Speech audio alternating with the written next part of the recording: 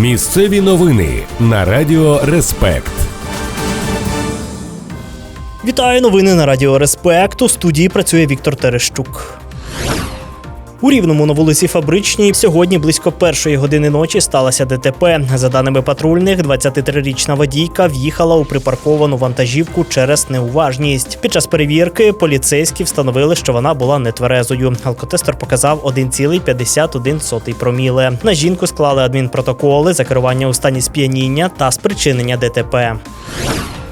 А у Дубні патрульні зупинили мотоцикл «Мустанг», водій якого рухався з непрацюючим заднім ліхтарем. Під час перевірки виявилося, що 19-річний кермувальник не має водійського посвідчення та повторно протягом року сідає за кермо на підпитку. Алкотестер показав 1,56 проміле. На водія склали адміністративні матеріали за керування у стані сп'яніння, без прав та за порушення правил реєстрації транспортного засобу.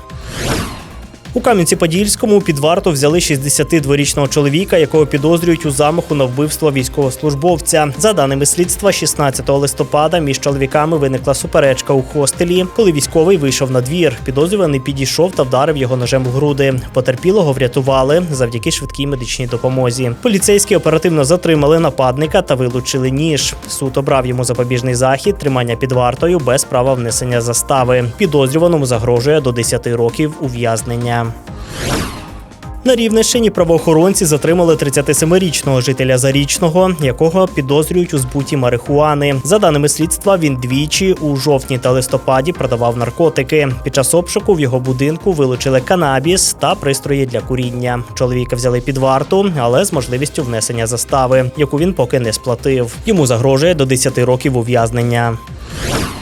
На Рівненщині через суд повернуть у державну власність Злазненське городище, пам'ятку архітектури 10-11 століть поблизу села Злазне. Прокуратура встановила, що півгектара землі цієї території помилково внесли до сільськогосподарських земель і передали у приватну власність під час розпаювання, що суперечить закону. Костопільський райсуд задовільнив позов прокуратури і скасував реєстрацію ділянок. Після набрання рішення чинності землю фактично повернуть державі.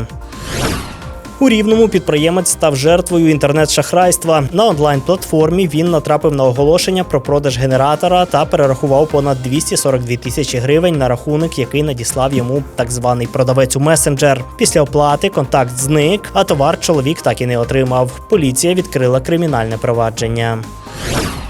Команда з Рівненщини взяла участь у національному форумі стійкості, який зібрав понад 800 представників громад з усієї країни. Делегацію очолив голова Рівненської ОВА Олександр Коваль. Учасники обговорили ключові реформи місцевого самоврядування під час війни, а також пріоритети відновлення та євроінтеграцію. На форумі наголосили, що стійкість починається у громадах, а уряд та міжнародні партнери зосереджені на підтримці прифронтових територій та програм відновлення.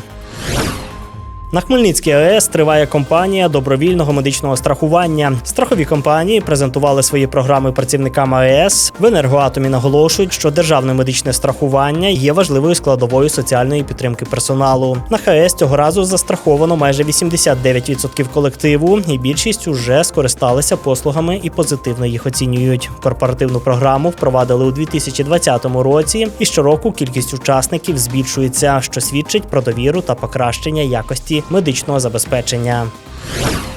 І радіаційний фон на Хмельницькій атомній електростанції у межах норми. За повідомленням інформаційного центру ХАЕС, показники на проммайданчику та в 30-кілометровій зоні спостереження відповідають нормальній експлуатації енергоблоків та не перевищують природного фону.